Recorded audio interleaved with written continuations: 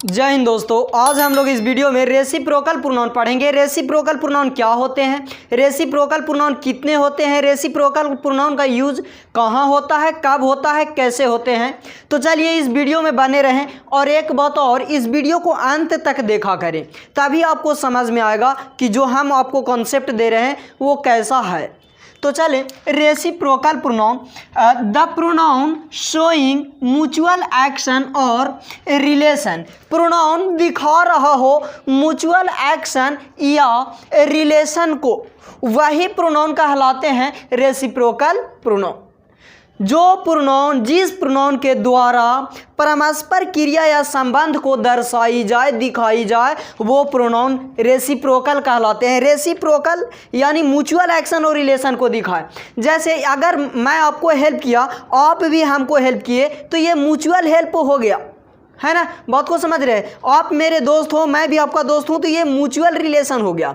तो वैसा प्रोनाउन जो म्यूचुअल एक्शन और म्यूचुअल रिलेशन को दर्शाए, दिखाए, वो प्रोनाउन ही रेसिप्रोकल प्रोनाउन कहलाते हैं। ऐसे भी समझ सकते हैं कि जिस प्रोनाउन के द्वारा परस्पर क्रिया या संबंध की बोध होती हो, दर्शाती हो, वो प्रोनाउन रेसिप्रोकल कहलाती है। रेसिप्रोकल प्रोनाउन दो ही होते हैं, एक each other and one another. Each other का प्रयोग कब, कहाँ और कैसे होता है, वन अनदर का प्रयोग कब, कहाँ और कितने व्यक्ति वस्तु के लिए होता है। तो अब ध्यान दें, ईच अदर रेसिप्रोकल प्रोनाउन का प्रयोग दो व्यक्ति या दो वस्तु का म्यूचुअल एक्शन और रिलेशन को दिखाने के लिए किया जाता है, जबकि वन अनदर रेसिप्रोकल प्रोनाउन का प्रयोग से अधिक व्यक्ति या वस्तु के साथ म्यूचुअल एक्शन और रिलेशन को दिखाने के लिए किया जाता है। हम लोग एग्जांपल से समझेंगे। यहाँ पे लिखा हुआ है ये both boys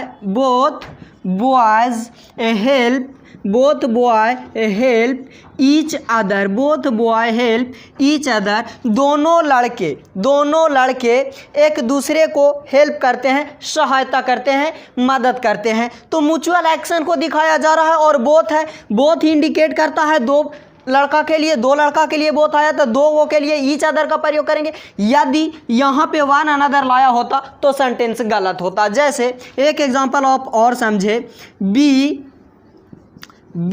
love one another, we love one another. हम लोग एक दूसरे से प्यार करते हैं, मोहब्बत करते हैं। We love one another. तो यहाँ पे बी मतलब हम लोग में यहाँ तो डिफिनिट नहीं है कि दो हैं, दो से अधिक हैं। तो दो से अधिक के लिए म्यूचुअल एक्शन या रिलेशन को दिखाने के लिए वन अनदर का प्रयोग होता है, जबकि दो व्यक्ति या दो वस्तु के साथ म्यूचुअल एक्शन और रिलेशन को दिखाना हो तो हम लोग ईच अदर का प्रयोग करते हैं। बात को यहाँ पे आप समझ चुके होंगे कि ईच अदर रेसिप्रोकल प्रोनाउन का प्रयोग दो व्यक्ति और दो वस्तु के बीच म्यूचुअल एक्शन और रिलेशन को दिखाने के लिए करेंगे, लेकिन वन अनदर का प्रयोग हम लोग दो से अधिक व्यक्ति या वस्तु के साथ म्यूचुअल एक्शन और रिलेशन को दिखाने के लिए करते हैं। अब आगे देखेंगे नोट, ये नोट एक है रेसिप्रोकल प्रोनाउन में, वो ये each other and if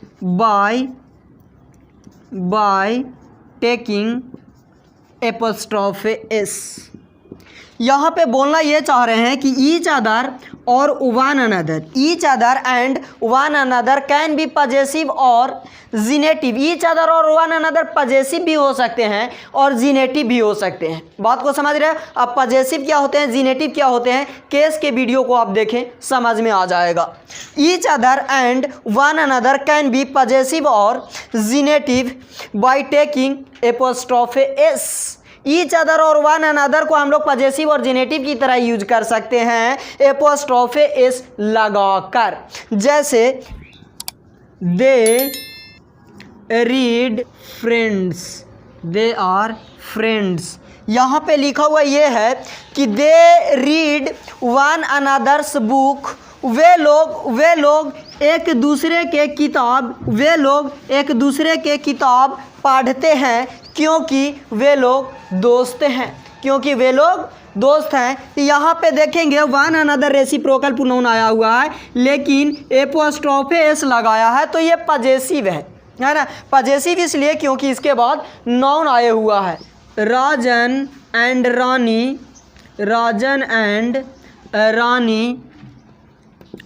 are reading, Rajan and Rani are reading each others book. यहाँ पे समझेंगे, ये लिखा हुआ है Rajan and Rani are reading each others book. Rajan और रानी एक दूसरे के किताब पढ़ रहे हैं। तो राजन एंड रानी यहाँ पे दो व्यक्ति हैं, दो गो के लिए हम लोग ईच अदर का प्रयोग करते हैं और ईच अदर में हम लोग पॉजेसिव केस का प्रयोग किया, एपोस्ट्रोफे एस का प्रयोग किया। यदि ईच अदर और वन अनदर में एपोस्ट्रोफे एस लगा देते हैं तो वो पॉजेसिव या जीनेटिव केस कहलाते हैं। We go to one another's, we go to one another's, हम लोग एक दूसरे के घर जाते हैं, हम लोग एक दूसरे के घर जाते हैं। तो यहाँ पे देखेंगे ये वन अनदर है और एपोस्ट्रोफे एस के साथ आया हुआ है, इसके बाद कोई नाउन नहीं है, तो ये केस जीनेटिव कहलाते हैं। कौन केस कहलाते हैं? जीनेटिव केस कहलाते हैं, यानी जीनेटिव है ये। लेकिन ईच अदर या वन अनदर एपोस्ट्रोफे एस के साथ आए और उसके बाद कोई नाउन आ जाए तो वो पॉजेसिव में आते हैं, पॉजेसिव केस होते हैं, पॉजेशन दिखाने के लिए आते हैं। बात को समझ गए? तो हमको उम्मीद है कि आप रेसिप्रोकल प्रोनाउन को समझ चुके होंगे। तो चलिए अब हम लोग आगे बढ़ते हैं। ऐसे है इम्फेटिक प्रोनाउन का यूजेस कहाँ पे है, इम्फेटिक प्रोनाउन हम लोग पढ़ते क्यों हैं। तो चले इम्फेटिक प्रोनाउन, इम्फेटिक प्रोनाउन क्या है? The pronoun that stress subject object और complement is called emphatic pronoun. Pronoun जो स्ट्रेस करती हो, प्रोनाउन जो स्ट्रेस करती हो, किसे करती हो? सब्जेक्ट को या ऑब्जेक्ट को या कॉम्प्लीमेंट को, तो वो इम्फेटिक कहलाती है। जो प्रोनाउन सब्जेक्ट ऑब्जेक्ट या कॉम्प्लीमेंट को स्ट्रेस करती हो वो प्रोनाउन इम्फेटिक प्रोनाउन कहलाती है। एक बार और सुने, जो प्रोनाउन सब्जेक्ट या ऑब्जेक्ट या कॉम्प्लीमेंट को स्ट्रेस करती हो वो प्रोनाउन इम्फेटिक कहलाती है। इम्फेटिक प्रोनाउन बनती कैसे है वो समझेंगे। These pronouns are compound of possessive और ऑब्जेक्टिव विथ सेल्फ और self.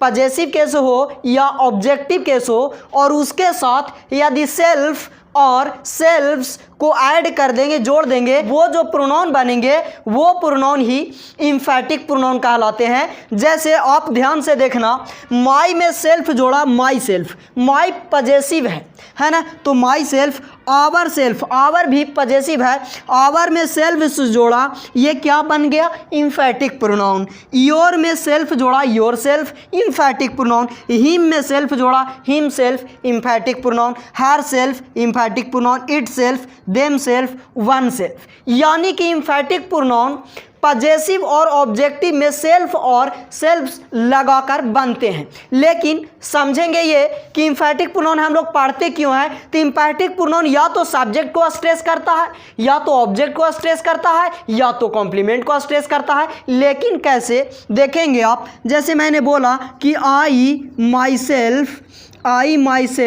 Have seen you, I myself have seen you, इसका मतलब ये होगा कि मैं ही तुम्हें देखा हूँ, मैं ही तुम्हें देखा हूँ, मैं ही तुम्हें देखा हूँ। तो मैं पे स्ट्रेस दे रहा है, मैं हूँ, और जिस वर्ड को स्ट्रेस करेगा उसी के बगल में आएगा। यदि सब्जेक्ट को स्ट्रेस कर रहा है तो सब्जेक्ट के बगल में ही आएंगे, है ना। यदि ऑब्जेक्ट को स्ट्रेस कर रहा है तो ऑब्जेक्ट के बगल में आएंगे। कॉम्प्लीमेंट को स्ट्रेस कर रहा है तो कॉम्प्लीमेंट के बगल में आएंगे इम्फेटिक प्रोनाउन। इम्फेटिक प्रोनाउन और रिफ्लेक्सिव प्रोनाउन दोनों सेम होते हैं, लेकिन रिफ्लेक्सिव प्रोनाउन ऑब्जेक्ट के रूप में आते हैं, लेकिन इम्फेटिक प्रोनाउन ना तो ऑब्जेक्ट के रूप में आता, ना ही सब्जेक्ट के रूप में आता, और ना ही कॉम्प्लीमेंट के रूप में आता है, बल्कि ये सब्जेक्ट ऑब्जेक्ट या कॉम्प्लीमेंट को स्ट्रेस करता है। जैसे I myself have seen you, मैंने ही तुम्हें देखा है और कोई नहीं, तो सब्जेक्ट को स्ट्रेस कर रहा है। आगे देखिएगा, हम लोग यहाँ पे बोलते हैं Raju himself is beating Mona, Raju ही मोना को पीट रहा है, कोई और नहीं। तो राजू को स्ट्रेस करने के लिए हिमसेल्फ आया, आई को स्ट्रेस करने के लिए माई सेल्फ आया। राजू क्या है? सब्जेक्ट है, आई क्या है? सब्जेक्ट है। तो सब्जेक्ट को जो स्ट्रेस करे वो इम्फेटिक प्रोनाउन होता है। लेकिन अब ऑब्जेक्ट को देख ले, जैसे he is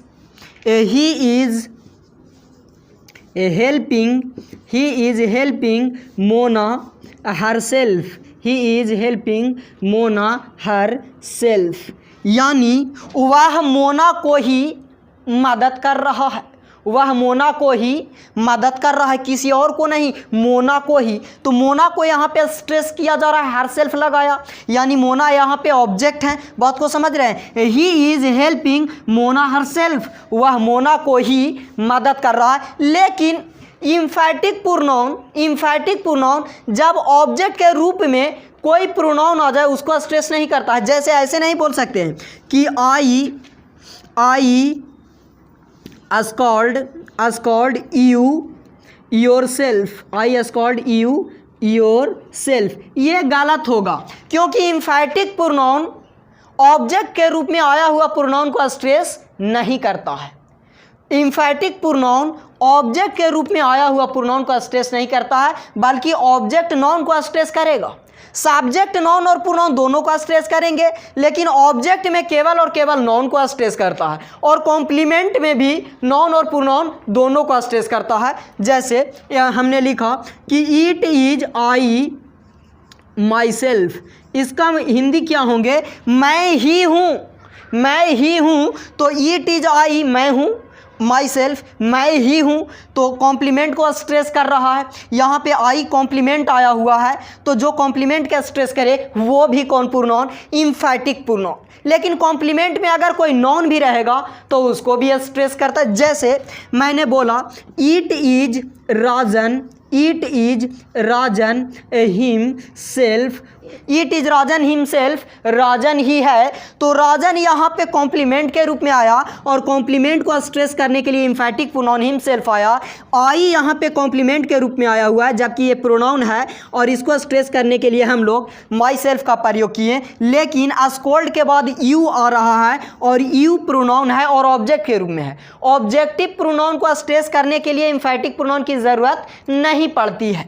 बात समझे? तो ये गलत हुआ, क्योंकि ऑब्जेक्ट के रूप में जब प्रोनाउन आ जाए, ऑब्जेक्ट के रूप में जब प्रोनाउन आ जाए तो उसको स्ट्रेस इम्फैटिक प्रोनाउन नहीं करता। बात को समझ गए? He is helping Mona herself, लेकिन ऑब्जेक्ट के रूप में कोई नाउन आ जाए तो उसको आप स्ट्रेस करने के लिए इम्फैटिक प्रोनाउन का प्रयोग कर सकते हो, है ना।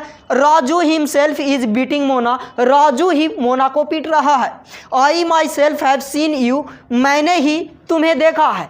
तो वैसा प्रोनाउन जो सब्जेक्ट, ऑब्जेक्ट और कॉम्प्लीमेंट को स्ट्रेस करती हो, वो सारे प्रोनाउन इम्फैटिक प्रोनाउन कहलाती है। और ये इम्फैटिक प्रोनाउन ना तो सब्जेक्ट के रूप में आता है, और ना ही ऑब्जेक्ट के रूप में आते हैं, और ना ही कॉम्प्लीमेंट के रूप में आते हैं, बल्कि ये सब्जेक्ट, ऑब्जेक्ट और कॉम्प्लीमेंट को स्ट्रेस करती है, इसके अलावा और कुछ भी नहीं करती।